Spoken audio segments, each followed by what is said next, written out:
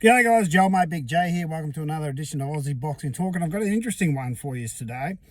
Doing another list. I don't think I'm going to get to 10, but I'm trying to figure this out. So what I'm going to do today is fights that shouldn't have happened. So I think I'm going to get to 10. Let's just say the top fights that never should have happened. I mean, these were, like, I'm talking about one-sided mismatches, fights that meant absolutely nothing, fights that were long-awaited rematches that turned out to be complete debacles. I think, for those who are hardcore boxing fans, I think you know where I'm going with some of these. So most of these are recent, because I'll be honest, I don't have the history on some of these fights, like some of the fights of the build-up to some of these fights. Some of these fights actually were 50-50 at the time of them becoming fights, but then they turned out to be one-sided mismatches. But having said that, the indication that these shouldn't have happened in the first place. So we're going to go through a list of fights I think that shouldn't have happened because they're either just ridiculous or one-sided mismatches. So I'm going to start with, go all the way back to 1996 with Jeff Fenech versus Philip Holiday for the IBF lightweight title in, I think it was February or March of 1996. So the reason this fight shouldn't have happened is that Jeff got blasted out of there in 2 rounds, and Philip Holiday put Jeff into retirement until he had that fight, novelty fight, which got sanctioned with Azuma Nelson. You could probably throw that in the list too. I mean, that fight probably shouldn't have happened. It shouldn't have been sanctioned. It should have just been an exhibition. I mean, it was a novelty fight. It was nostalgia. Everybody knew that it wasn't, the real deal. But anyway, so I think that's the fight that, I mean, Jeff was already shot before he got to Philip Holiday. Philip Holiday just pretty much put him out of his misery. So it was it wasn't a great fight for Jeff. It could be blasted out of there in 2 rounds. It wasn't a good fight at all. So anyway, we'll move on. Now, we'll move on to the heavyweight division. And Paul Gallen versus Lucas Brown. That fight shouldn't have happened. Why that fight happened, I don't know. It shouldn't have happened. It was just it was a one-sided beatdown. Paul Gallen beat the absolute crap out of Lucas Brown. I mean, this fight was, a lot of people thought, Lucas Brown will knock out Paul Gallen. And it was a nothing fight. Because if Paul wins, well, Paul was never going to be a world champion or anything like that. He was only doing it for money. And if Lucas wins, well, he beats a retired football player. So the fight meant nothing. And it turned out to be a one-sided mismatch. So that fight never should have happened.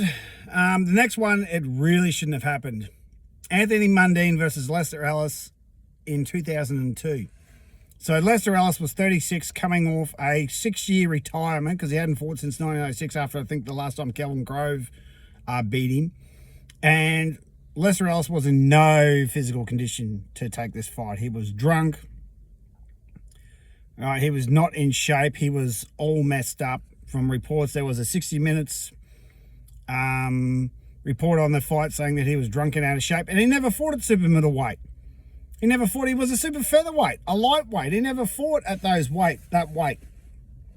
Anthony Mundine made. And Anthony Mundine, to his credit, made it go 3 rounds. He could have knocked him out in the first round, but he waited. He gave the respect that Lester was due, but he should have respected him by not fighting him in the first place because he was 6 years removed, 6 years retired, and not in any condition to fight. So that fight never should have happened. Never should have happened. So, yeah, I mean, absolute shocker. Absolute shocker, and it shouldn't have happened. But it did. And, so a bit of a black eye for Australian boxing for that one. All right. The next one on the list is the most recent fight. It was just last weekend, Miyamoto versus Shannon O'Connell. Now, I've got nothing but love for Shannon O'Connell. I'm a big supporter of Shannon, but after the Ebony beating, she should have retired. I mean, her shoulder's in 15 pieces. She's had, she got her completely wiped out by Ebony. It was a bad beat down. And she got the same from Miyamoto, who is a younger, stronger, bigger fighter. So why, even though it was and the girl said themselves it was a meaningless fight, well, why do it? Miyamoto is the 122 IBO Super Bantamweight champion.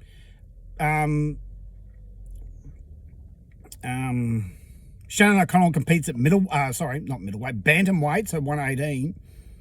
And they had a catch weight at 125. So if the fight's completely meaningless, why have it in the first place? And Shannon gets a concussion, right? And pretty much her career should be over. Her career should have been over in the first place, but this fight shouldn't have happened. It really shouldn't have happened. And you can chuck in Tommy Brown versus Michael Zarafa on top of that, because that fight shouldn't have happened. 41-year-old Tommy Brown pulled his bicep off the bone in that fight. Lasted one round. That fight shouldn't have happened. I don't know why they thought it would be a good idea to bring Tommy Brown into the mix anyway. That fight shouldn't have happened. And these next two fights definitely shouldn't have happened. I think over the most recent years, we'll get to the biggest fight, but this fight turned out to be a one-sided mismatch, and it was for absolutely no reason. And I'm talking about Liam Paro versus Brock Jarvis, because this fight pretty much derailed Brock Jarvis's career. It was a one-round knockout. It turned out to be a complete mismatch, even though most people thought, well, there was a few people that thought beforehand that it would be a 50-50 fight. I thought the same, but I had showed my concerns for Brock, who had never fought at 140 in his life, had almost got knocked out by a Mexican at 135 previous to this fight, and was putting off the showings of having a bit of a glass jaw and being a weight bully, as in draining himself down to a smaller weight so he could beat up smaller fighters. Because if you look at Brock's record before he took on Liam, all his fighters were either blown up fighters moving up to his weight, or weight drained. Like, I think he fought Noah Beauchamp at his lowest ever weight. So it was a one-sided mismatch. He knocked him out in 90 seconds, and pretty much has derailed his entire career. I mean, Eddie Hearn, the fucking idiot that he is, put this fight on the night before Kambosos Haney 2. I mean, how bloody stupid. So the fight had zero meaning. It didn't, prove anything for Liam. It derailed his career for a year, because he didn't do anything for a year after that. He had to wait for a year to fight again. It completely derailed Brock Jarvis's career, right? Because a lot of these fights either derail or completely end the loser's career. Like the first one, Jeff Fenech knocked him into retirement, even though Jeff already had 1.5 feet in retirement by the time of the fight. Same with Shannon. She shouldn't have fought. Lester was 6 years in retirement. And this fight stunned Liam Paro's career, even though now he's the IBF 140-pound champion. So, but it's derailed Brock Jarvis's career. He hasn't fought since. Well, he fought since and almost got knocked out again. Right? He's no longer with Jeff Fenech. So that's pretty much derailed his career. Right? And it wasn't a good fight. It was a one-sided mismatch. It didn't do any favours for anyone. And it put Liam Paro's career on hold and derailed Brock's. But the number one fight that shouldn't have happened, right, and this fight has destroyed an Olympic dream, is Justice Huni versus Paul Gallen. And I blame Justice. The blame is solely square with Justice Huni. He's the one that decided to fight a 40-year-old retired football player for a measly 1/10 of what Paul Gallen was getting, because I heard that Paul Gallen got $1.5 million for that fight. All right. And Justice Huni got a tenth of that, $150,000. So Justice Huni thought that his Olympic dream was worth only $150,000 because that's what he sold it for. Justice Huni already fought a month before. He had the Olympics were in July. He fought in April, fought again in May, and then was going to go off to the Olympics. He busted his hand. He went into that fight with a busted hand after going 10 rounds for the last guy he fought. His name I can't remember. Right? Hurt it in round 1 and continued to fight on. And completely fucked his Olympic dream. So his Olympic dream was sold for a mere 150 grand, or I think that's what he got. I can't confirm nor deny that's what he got, but that's what I was hearing. And fucked his Olympic dream. Justice Huni is going to go down as the biggest fuck up in Australian boxing history, because he sold his Olympic dream for a mere 150 grand. Because instead of being smart and going, nah, I'm not going to fight, because he fought in March too. He could have just fought in March, prepped for the Olympics, went over and got the gold, because the competition wasn't great at the Olympics in Tokyo in 2021. So just to completely fuck your Olympic dream for 150 grand, a tenth of what your opponent was getting, is just stupidity, because he's had surgery on his hands twice and he hasn't done really anything since.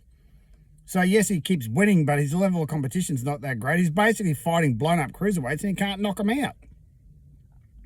And I don't see Justice Huni's career going anywhere. I think if he gets a title shot, which he won't, he would. I think once Justice Huni starts taking on international talent and not blown up cruiserweights, I think he'll get stopped, and stopped badly, because he's got fantastic footwork, he's got lightning speed, but the problem is he moves like a lightweight, but he's got the power of one too. So I don't think Justice Huni is going to go anywhere. I'm happy to be wrong, but I think that is the biggest fuck up of all time, and the number one fight that never should happen, because it killed off some kid's Olympic dream. But he's got only himself to blame. So that's it, guys. A bunch of fights that never should have happened. Oh, of course. Sorry, I forgot the last one. This should have been number 2. Mundine versus Green 2. What the fuck? What a bloody debacle this was. For starters, it was 11 years, so it was probably 10 years too late. The rematch should have happened in 07, not 2017. The ref fucked up and allowed Mundine to get what would considered most people would be a cheap shot on Green. All right. Green was incapacitated for 7 rounds of that fight. Right. We waited 11 years to get that complete fiasco. So we waited 11 years, because the first fight was in 2006 and it was a one-sided beatdown. Chock beat Green 10 rounds to 2. And then we waited 11 years for that fiasco, and it was an absolute debacle. Well, everything that could go wrong did go wrong. Mundine almost knocked Green out inside of the first round. The ref buggered it up. All right, there was almost a riot, because I guarantee if they stopped it in that first round, there would have been a riot. All right, and of course, to make things worse, Michael Buffer almost didn't make it back in time for the announcements. He did the opening announcements, took off, and they got told, oh, you need to get back here. And he almost didn't make it back. So, an absolute debacle of a fight. The second worst fight that never should have happened. And I'm glad they're both retired, and I'm glad that they will not do number 3. I pray to God, because I've seen Danny, I saw him in Perth earlier in the year. He's in great shape, but Chock is not. I saw Chock again up in Sydney at the latest in the Kita Zoo fight, and yeah, he's in no shape to fight. Danny Green looks good, but then again, he's in no shape to fight either. So I pray that they never did the third one. They shouldn't sanction it. So there you go, guys. There's a list of fights that shouldn't have happened. I'm gonna on the flip side, I'll make up a list of fights that never happened that should have, and we'll go from there. So like and subscribe, guys. Give the channel the support. I'll keep on punching out the videos. Have yourself a great day. Tackle the ball, wrestle a croc, and harden yourself the fuck up.